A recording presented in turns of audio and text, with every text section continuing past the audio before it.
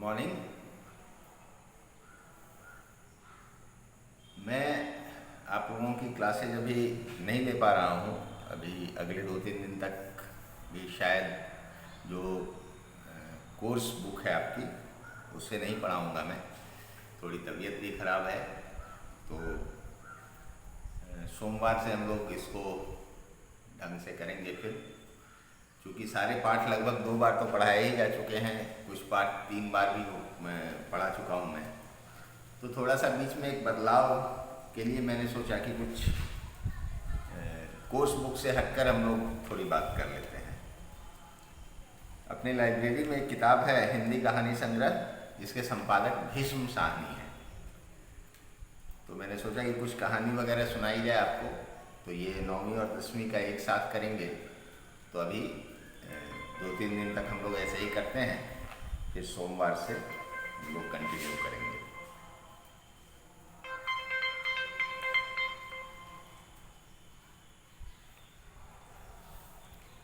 तो फणीश्वर नाथ रेणु का आपने नाम सुना होगा।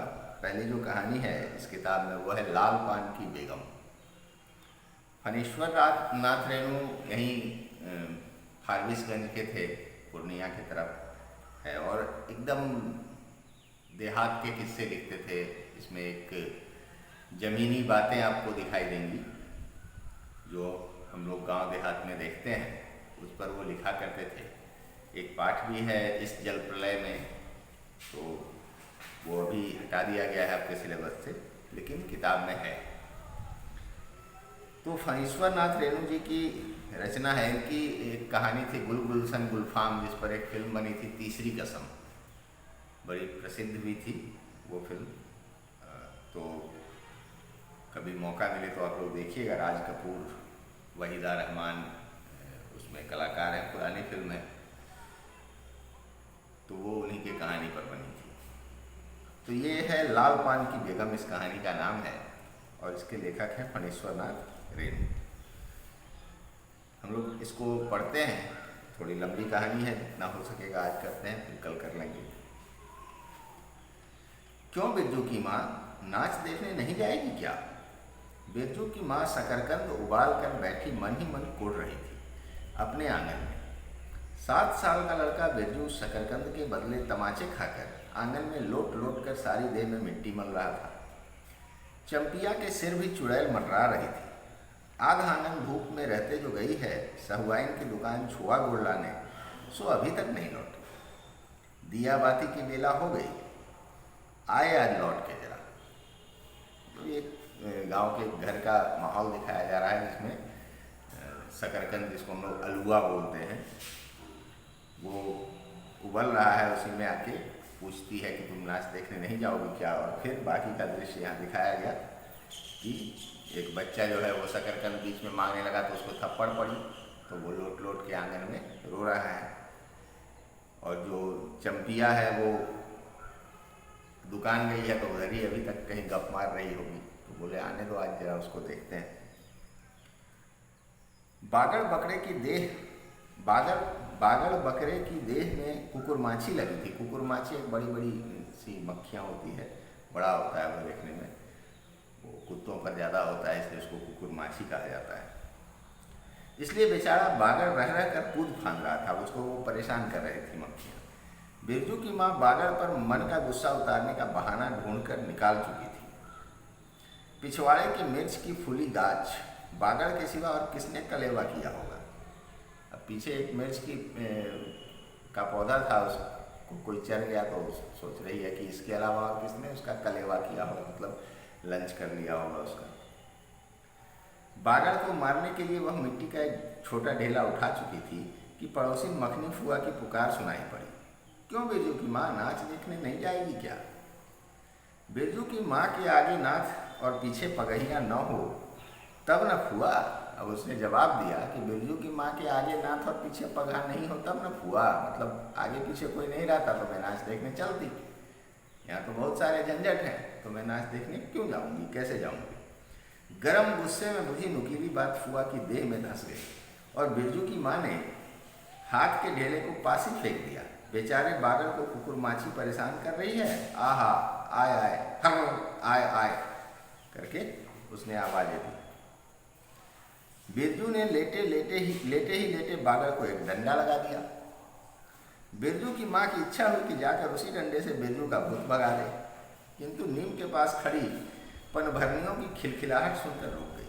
कुएं में जो पानी भरने महिलाएं आती हैं उनकी खिलखिलाहट, जो नीम के पेड़ के पास कुआं है, उनकी खिलखिलाहट सुनते ही रुक गए। तो आज बिरजू को कूट देती उसी डंडे से।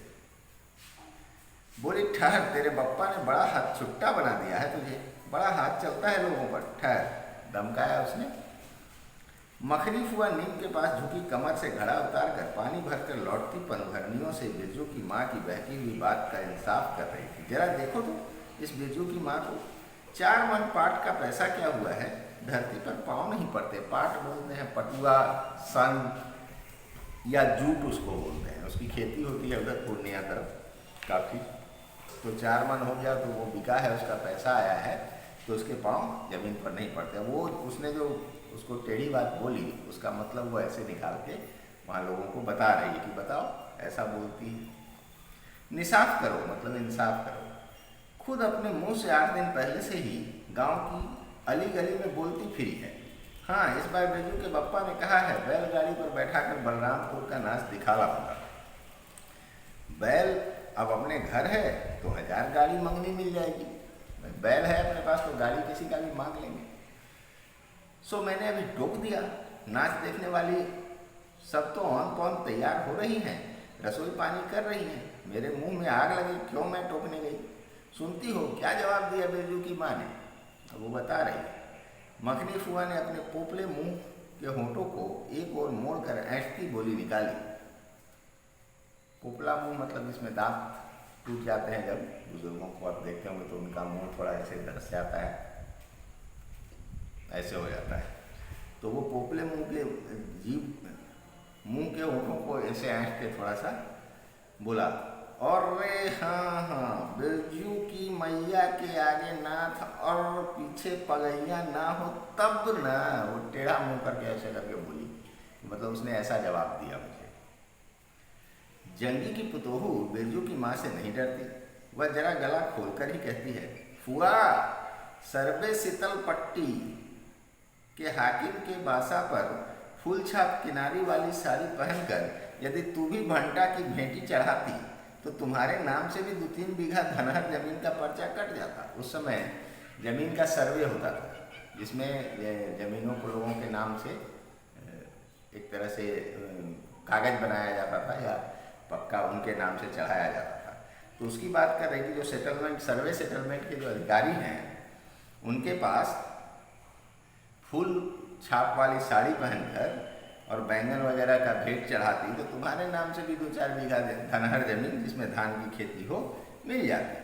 फिर आगे नाथ और पीछे सैकड़ों पगहियाँ जुड़ती, मतलब फिर तुम्हारे आगे पीछे भी बहुत सारे लोग रहते। जंगी की पुतोहू मुंहजोर है, रेलवे स्टेशन के पास की लड़की है, 3 ही महीने हुए गौने की नई बहू होकर आई है और सारी कुर्मा टोली की सभी झगड़ालू सासों से एक आध मोर्चा ले चुकी है। वो स्टेशन के पास उसका घर है, मतलब थोड़ा बाजार वाले क्षेत्र से आई है, तो मुंहफट है।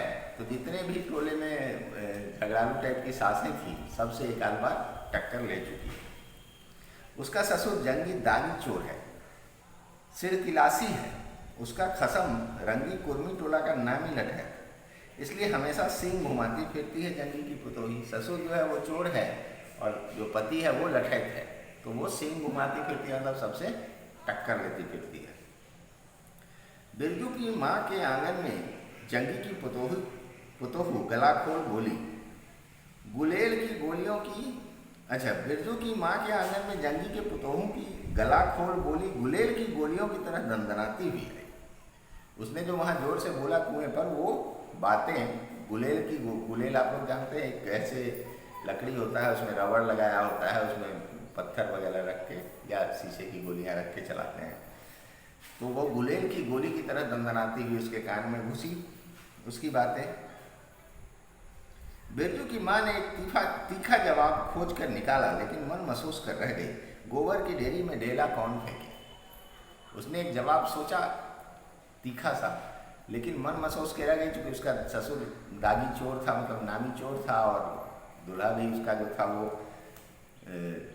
लठैत था। गांव में पति, दूल्हा, वर ये सब बोलते हैं लोग। तो मन महसूस कर रह गई और ये बोला कि गोबर की ढेरी पर ढेला कौन फेंके, जैसे गोबर पर पत्थर फेंकोगे तो वो छिटक के तुम्हारे ऊपर गिर जाएगा, ऐसा इसलिए कहा जाता है कि गोबर पर ढेला नहीं फेंकना चाहिए। तो उसने वो तर्क निकाला कि गोबर पर ढेला कौन फेंके, उसे बहस कौन करने जाए। जीभ के झाल को गले में उतार कर बिरजू की माँ ने अपनी बेटी चंपिया को आवाज दी, अरे चंपिया, आज लौटे तो तेरी मूड़ी मरोड़ कर चूल्हे में झोंकती हूँ। दिन दिन बेचाल होती जाती है। गांव में तो अब ठेठर बैस्कोप का गीत गाने वाला पसुरिया पुतोहू सब आने लगी है। कहीं बैठ के बाजे न मुरलिया सीख रही होगी। हर जाई, अरे चंपिया। अब क्या कर रही है वो, उसने उसको जवाब नहीं दिया। तो मुंह में जो उसके बात आ गई थी, जो तीतापन आ गया था, उसको गले से नीचे उतार लिया। और उस गुस्सा को कहाँ उतार रही है, तो अपनी बेटी पर जो दुकान गई है, नहीं आई है, तो उसको क्या कह रही है, आवाज़ देके, जबकि वो वहाँ नहीं है, लेकिन अपने क्रोध को कहीं तो निकालना है। तो उसको आवाज़ देकर बोल रही है कि आ जाओ, तुम्हारा मूड़ी ममोड़ के और इसी चूल्हे में घुसा दूंगी। ठीक है। और फिर कह रही है कि दिन दिन बेचाल होती जा रही है, मतलब मन बढ़ता जा रहा है, इसका चाल चलन ठीक नहीं है। गांव में ठेठर बैस्कोप, ठेठर मतलब थिएटर, पहले थिएटर वगैरह होता था, नाटक वगैरह होता था। और बाइस्कोप एक बक्सा होता था जिसमें फिल्मों के पोस्टर वगैरह लगाए होते थे, लाल किला, ताजमहल लगाया होता था, और उसमें ऐसे ऐसे हैंडल घुमाता था, कुछ पैसा लेके दिखाता था। तो ऐसे बच्चे उसमें मुंह लगा के देखते थे, आँख सटा करके, तो अंदर वो चित्र चलते थे और फिल्मी गाने बजा करते थे। तो वो उस समय का मनोरंजन वही सब था, हम लोगों ने देखा है बचपन में। तो वो बोल रहे हैं कि उसमें जो गीत बजते हैं वो गाने वाली पुतोहू अब गांव में आने लगी है, मतलब वो कटाक्ष कर रही है उस पर, जिसको जवाब नहीं दे पाई, जंगी की पुतोहू पर। तो यही गीत कहीं बैठ के सीख रही होगी, इसका आज मैं इलाज करती हूँ। और गीत का नाम भी बोल रही है कि बाजे न मुरलिया, कहीं सीख रही हो, तेरे बिन छलिया रे, बाजे न मुरलिया रे, एक गाना है, तो वही कहीं सीख रही हो। आ जाओ, आज तुमको बताते हैं। तो जंगी की पतोहू ने बिरजू की माँ की बोली का स्वाद लेकर कमर पर घड़े को संभाला और मटक कर बोली, चल दीजिया चल, इस मोहल्ले में लाल पान की बेगम बस्ती है। नहीं जानती दोपहर दिन और चौपहर रात बिजली की बत्ती भक भक जलती है। अब उसने भी इसकी बातें सुनी तो समझ गई कि मेरे ऊपर ही कटाक्ष कर रही है। तो अपना घड़े को ऐसे कमर पर संभालते हुए बोली, चल दीदिया, अपने किसी गोतनी को कही कि चल दीदिया, इस मोहल्ले में लाल पान की बेगम बस्ती है और बिजली के बत्तियों की बात कर रही है, जो वहाँ नहीं था, वो जहाँ से आई थी वहाँ होगा, तो वो भक भक जलती है करके बोल रही है, मतलब मैं तो ऐसे जगह से आई हूँ। भक भक बिजली बत्ती की बात सुनकर न जाने क्यों सभी खिलखिलाकर हंस पड़ी। फुआ की टूटी हुई दंत पंक्तियों के बीच से एक मीठी गाली निकली, शैतान की नानी।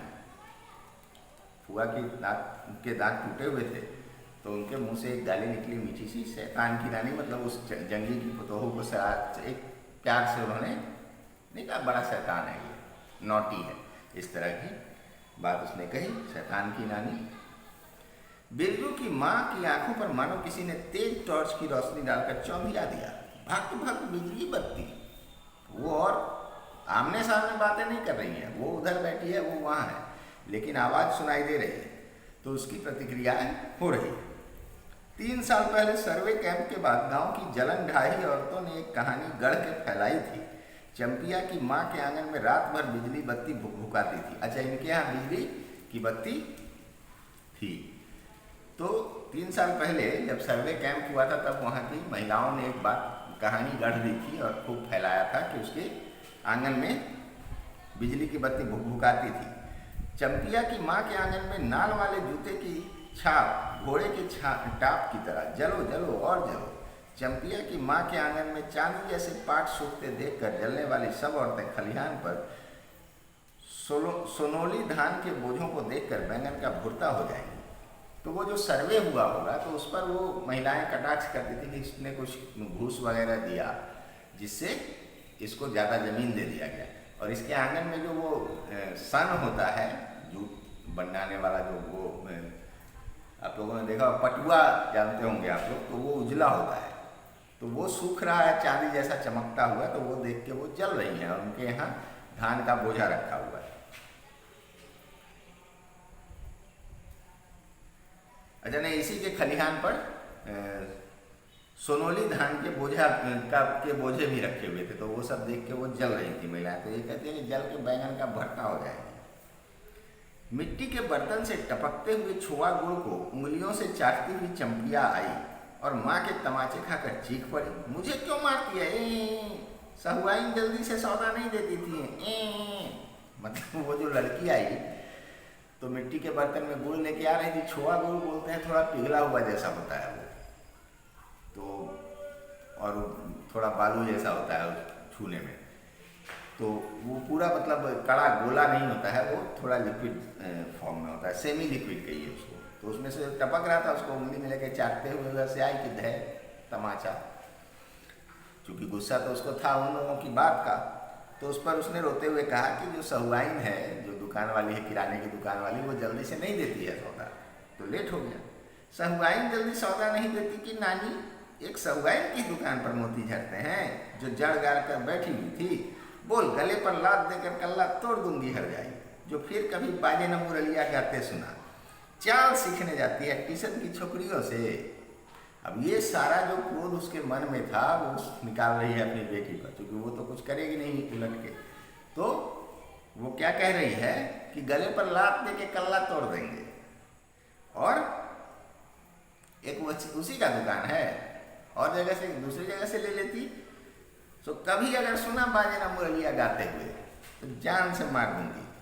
चाल सीखने जाती है, मतलब ये बुरे चाल चलन सीखने जाती है स्टेशन के पास वाली छोरियों से, मतलब वो जंगी की पुतोहू पर फिर कटाक्ष कर रही है। बिरजू की माँ ने चुप होकर अपनी आवाज़ अंदाजी की, उसकी बात जंगी के झोपड़े तक साफ साफ पहुँच गई होगी। उसने इतनी जोर से कहा कि उसके झोपड़े तक पहुँचने का उसने अनुमान लगाया। बिरजू बीती हुई बातों को भूलकर उठ खड़ा हुआ था और धूल झाड़ते हुए बर्तन से टपकते गुड़ को ललचाई निगाह से देखने लगा था। दीदी के साथ वह भी दुकान जाता तो दीदी उसे गुड़ चटाती जरूर। वह शकरकंद के लोभ में रहा और मांगने पर माँ ने शकरकंद के बदले दिया। ए मैया, एक उंगली गुड़ दे दे। बिरजू ने तलहथी फैलाई, दे ना मैया, एक रत्ती भर, मतलब एक उंगली ऐसे निकाल के गुड़ दे दो, मांग रहा है। एक रत्ती क्यों, उठा के बर्तन फेंकाती हूँ पिछवाड़े में, जाके चाटना। नहीं बनेगी मीठी रोटी, मीठी रोटी खाने का मुंह होता है। बिरजू की माँ ने उबले शकरकंद का सूप रोती हुई चंपिया के सामने रखते हुए कहा, बैठ के छिलके उतार, नहीं तो अभी दूंगी। 10 साल की चंपिया जानती है शकरकंद छीलते समय कम से कम 12 बार माँ उसके बाल पकड़कर झंझोरी, छोटी छोटी खोट निकालकर गालियाँ देंगी। पाँव फैला के क्यों बैठी है उस तरफ बेलज्जी। चंपिया माँ के गुस्से को जानती है। वो जानती है कि जब तक वो छीलेगी तब तक उसका बाल पकड़ के हिलाएगी, बात बात पर उसको कुछ कुछ कहेगी। बिरजू ने इस मौके पर थोड़ी सी खुशामद करके देखा, माँ मैं भी शकरकंद छीलूं? वो बोल रहा है कि मैं भी छीलूं ताकि बीच में एक आध। नहीं, माँ ने झिड़की दी, एक शकरकंद छीलेगा और 3 पेट में। जाके सिद्धू की बहू से कहो, 1 घंटे के लिए कढ़ाई मांग कर ले गई थी,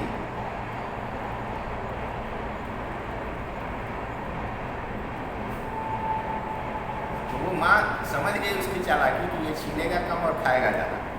तो बोला कि जाके सिद्धू की बहू से कहो, 1 घंटे के लिए कढ़ाई मांग कर ले गई तो फिर लौटाने का नाम ही नहीं, जा जल्दी। मुंह लटकाकर आंगन से निकलते निकलते बिरजू ने शकरकंद और गुड़ पर निगाह दौड़ाई। चंपिया ने अपने झबरे केस की ओट से माँ को देखा, बाल जो उसके ऐसे लटक गए होंगे, उसकी ओट से ऐसे देखा माँ को, और नज़र बचाकर चुपके से बिरजू की ओर एक शकरकंद फेंक दिया। बिरजू भागा। उसने देखा कि माँ उधर देख रही, तब तक एक शकरकंद बिरजू की ओर सरका दिया।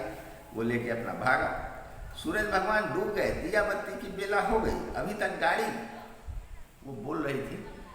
चंपिया बीच में ही बोल उठी, कोयरी टोले में किसी ने गाड़ी नहीं दी मैया। बप्पा बोले, माँ से कहना सब ठीक ठाक करके तैयार रहे, मलदहिया टोली के मियाँ जान की गाड़ी लाने जा रहा हूँ। वो नाच देखने की जो बात हो रही थी, उसमें मनोरंजन के यही साधन हुआ करते थे। नाटक किए जाते थे, नाच होता था, अलग अलग तरह के नाच होते थे। उसके बाद ये बाइस्कोप था, यही सब चीज़ें मनोरंजन के मुख्य साधन थे। गांव वाले मिलकर नाटक किया करते थे। तो यहाँ कहीं नाच होने वाला था, वो बैलगाड़ी में चढ़ के जाना था। तो बैल इनके पास था, किसी की गाड़ी मांग के लाना था। तो कोयरी टोला जो था उसमें गाड़ी नहीं मिली, तो अब मियाँ जान की गाड़ी मलदहिया टोली से लाने जा रहा हूँ, ऐसा कह के उन्होंने खबर भेजा था। सुनते ही बिरजू की माँ का चेहरा उतर गया। लगा छाते की कमानी उतर गई है घोड़े से अचानक। छाता जो ऐसे खोलते हैं तो उसको खोलते हैं तो वो तन जाता है, उसकी कमानी उतर जाती है, वो जो उसमें तार लगे होते हैं, तो अचानक फिर वो लटक जाता है। वैसे ही उसका मुंह लटक गया। कोयरी टोले में किसी ने गाड़ी मांगनी नहीं दी, तब मिल चुकी गाड़ी। जब अपने गांव के लोगों की आंख में पानी नहीं, तो मलदहिया टोली के मियाँ जान की गाड़ी का क्या भरोसा। न 3 में न 13 में। क्या होगा शकरकंद छील कर रख दे उठा के, या मर्द नाच दिखाएगा। बैलगाड़ी पर चढ़कर नाच दिखाने ले जाएगा। चढ़ चुकी बैलगाड़ी पर, देख चुकी जी भर नाच। पैदल जाने वाली सब पहुँच कर पुरानी हो चुकी होगी। अब वो अपनी खींच निकाल रही है कि इससे होने वाला है। जैसा कि महिलाएं अपने पतियों को कहा करती हैं कि इससे कुछ नहीं होने वाला है, इनसे नाच दिखाया जाएगा, हो गया, छोड़ो ये सब। बिरजू छोटी कड़ाही सिर में औंधा कर वापस आया। देखा दीदिया मलटेरी टोपी, देख दीदिया मलेटरी टोपी। इस पर 10 लाठी मारने से भी कुछ नहीं होगा। वैसे बिरजू कड़ाही को माथे पर ऐसे रख के आया और बोला अपनी बहन को कि देख दीदिया मलेटरी टोपी है, इस पर 10 लाठी मारने से भी कुछ नहीं होगा, जैसा मिलिट्री वाले पहना करते हैं। चंपिया चुपचाप बैठी रही, कुछ बोली नहीं, जरा सी मुस्काई भी नहीं। बिरजू ने समझ लिया कि माँ का गुस्सा अभी उतरा नहीं है पूरे तौर पर। मढ़ैया के अंदर से बागड़ को बाहर भगाती हुई बिरजू की माँ बड़बड़ाई, कल ही पचकौड़ी कसाई के हवाले करती हूँ राकस तुझे, हर चीज में मुंह लगाएगा। चंपिया बांध दे पगड़ा को, खोल दे गले की घंटी, हमेशा टुनुर टुनुर, मुझे जरा भी नहीं सुहाता है। अब उसका जो क्रोध है वो अलग अलग चीज़ों पर उतर रहा है। वो जो बकरा है तो उस पर गुस्सा रही है कि तुम राक्षस हो, हर चीज़ खाते रहते हो, कल ही तुमको कसाई के यहाँ भेजती हो। फिर कहती है इसका घंटी खोल दो, हमेशा टुनुर टुनुर करते रहता है। लोग जानवरों के गले में घंटियाँ बांध कर रखते थे ताकि पता चले कि वो है, या कई कारणों से कुछ अच्छा भी लगता था। टुनुर टुनुर सुनते ही बिरजू को सड़क से जाती हुई बैलगाड़ियों की याद हो आई। अभी बबुआन टोले की गाड़ियां नाच देखने जा रही थी, झुनुर झुनुर बैलों की झुनकी। तुमने जैसे ही वो बोलना चाह रहा था कि उधर से उसकी माँ बोली, नहीं चंपिया बोली, बेसी बकबक मत करो। वो जान रही थी कि इसी बात के लिए माँ गुस्साई हुई है, तो उस पर जले के नमक की तरह ये असर करेगा कि दूसरी गाड़ियां जा रही हैं। तो वो डांटती है कि बेसी बकबक मत करो। चंपिया डाल दे चूल्हे में पानी, बप्पा आवे तो कहना कि अपने उड़न जहाज पर चढ़कर नाच देखाए। मुझे नाच देखने का शौक नहीं, मुझे जगाइयो मत कोई, मेरा माथा दुख रहा है।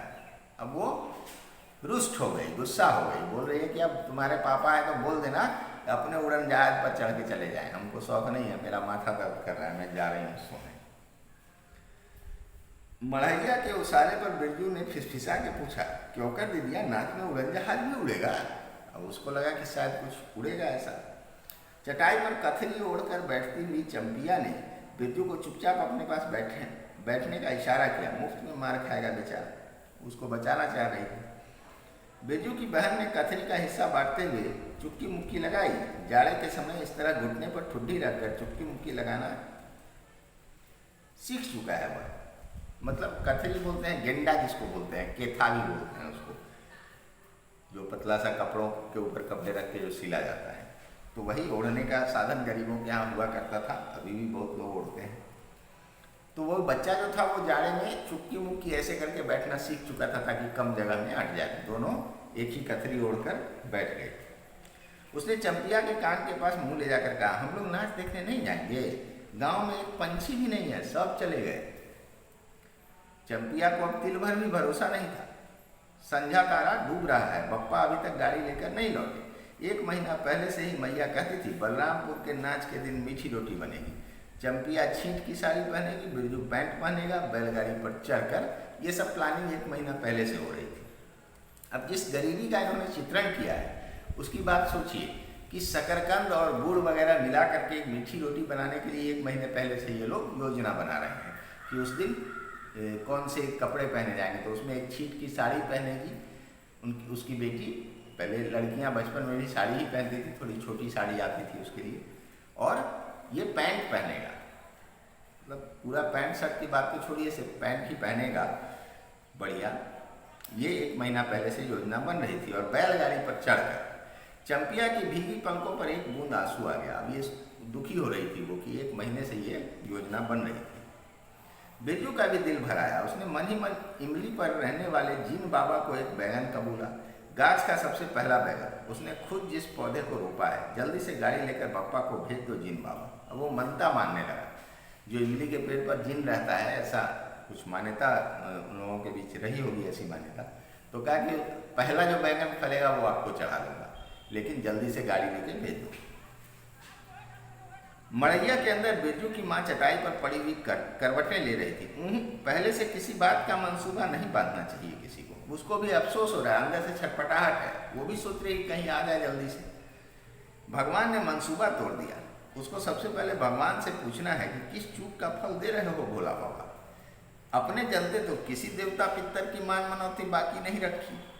सर्वे के समय जमीन के लिए जितनी मनौतियाँ की थी ठीक ही तो है। महावीर जी का रोट तो बाकी है। हाय रे देव, भूल चूक माफ करो महावीर बाबा। मनौती दुनी करके चढ़ाएगी बिरजू की माँ। अब उसको याद आया कि एक मनौती उसने नहीं उतारी है। महावीर जी को जो रोट चढ़ाना था, वो मोटा सा आटे का बना के उसको छान के चढ़ाना था। तो बोले नहीं, अब डबल चढ़ाएंगे, ये भूल हो गई। बिरजू की माँ के मन में रह रहकर जंगी की पतोहू की बातें चुभती है। भक भक बिजली बत्ती, चोरी चमारी करने वाले की बेटी पतोहू जलेगी नहीं। 5 बीघा जमीन क्या हासिल की है बिरजू के बप्पा ने। गांव की भाई खौकियों की आंख में किरकिरी पड़ गई है। भाई खौकियों मतलब भाई को खा जाने वाली गालियां दे रही है। खेत में पाट लगा देखकर गांव के लोगों की छाती फटने लगी। खेत में जो सन की खेती होती है, उसको देख करके मतलब लोगों को जलन हो रही है। धरती फोड़कर पाट लगा है। बैसाखी बादलों की तरह उमड़ते आ रहे हैं पाट के पौधे, मतलब अच्छी फसल हुई है। तो अलान तो फलान, ऐसा लोग बोलते हैं। इतनी आंख की धार वाला फसल सहे। जहाँ 15 मन पाट होना चाहिए, सिर्फ 10 मन पाट कंटा और तौल के वजन हुआ रब्बी भगत के।